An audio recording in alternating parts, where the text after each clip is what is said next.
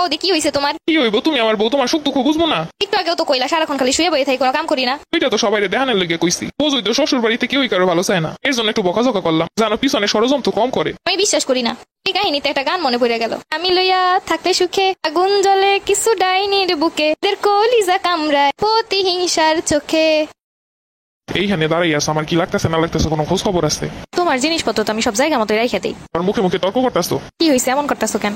সবাই কাম করতেছে, ঘরটার মধ্যে বইয়া না থেকে কাম করতে পারো না? এটা তুমি কি কইলা? আমি তো কাম কাজ করে এলাম। সবাই কাম করতেছে, তোমার কাম করা শেষ? একটু গরম লাগতেছে দেখে আইসা বসলাম ফ্যানের নিচে 2 মিনিট। এখন তো যত সব অজুহাত, মানুষ কাম করতেছে তাকে গরম লাগে না, ওনার একারই গরম লাগে। আচ্ছা তুমি কি দেখছো আমি সকাল থেকে কি করছি না করছি? জানা আছে কি করছো না করছো, সারাদিন তো তাকে শুয়ে বসে। ও তাই না? আমি কোনো কামই করি না। না কাম করো কোথায়? কাম করলে তো দেখতে পাইতাম। সবাই কাম করতেছে ঠিকই দেখতেছি, কিন্তু তুমি কাম করো সেটা তো আমার চোখে পড়তেছে না। ও আচ্ছা, সবাই কাম করতেছে আমি কাম করতেছি না, আমি বসে বসে খাইতাছি। দেখেছি ভাবি কাম করতেছে, আমার বোনরা কাম করতেছে, আমার আম্মা কাম করতেছে। সকাল থেকে যে তোমার ভাবি আমারে হুকুম করে করে কাম করতেছে, সে বইয়ে বইয়ে পাঞ্জা বাইতেছে, তখন খেয়াল ছিল না? হাত দ্বারা কোনো অজুহাত দিবা না বলে দিলাম। কাম করতে মশলে কাম করবা না, একটা কথাও বলবা না আমার সাথে।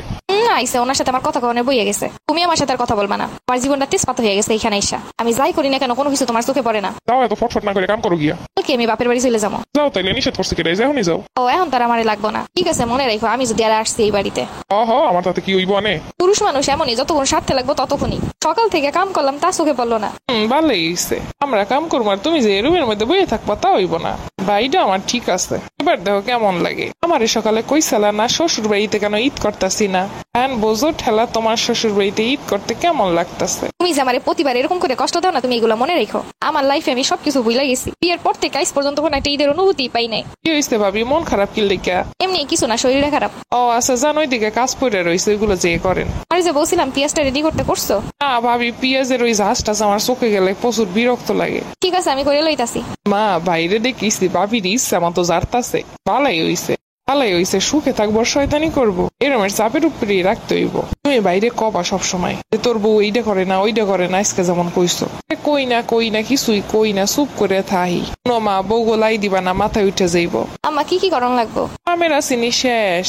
40-45 বছর কাম করে এখনো কাম করতেছি, তোমরা এখন কাম খুঁজে পাও না। কি জিজ্ঞেস করলাম আর কি উত্তর দিল? কাম কাজ ঢালাই রেখে কমে চলে গেছো। আম্মা আমার শরীরটা খারাপ লাগতেছিল, লেগে একটু ফ্যানের নিচে গিয়ে বইছিলাম।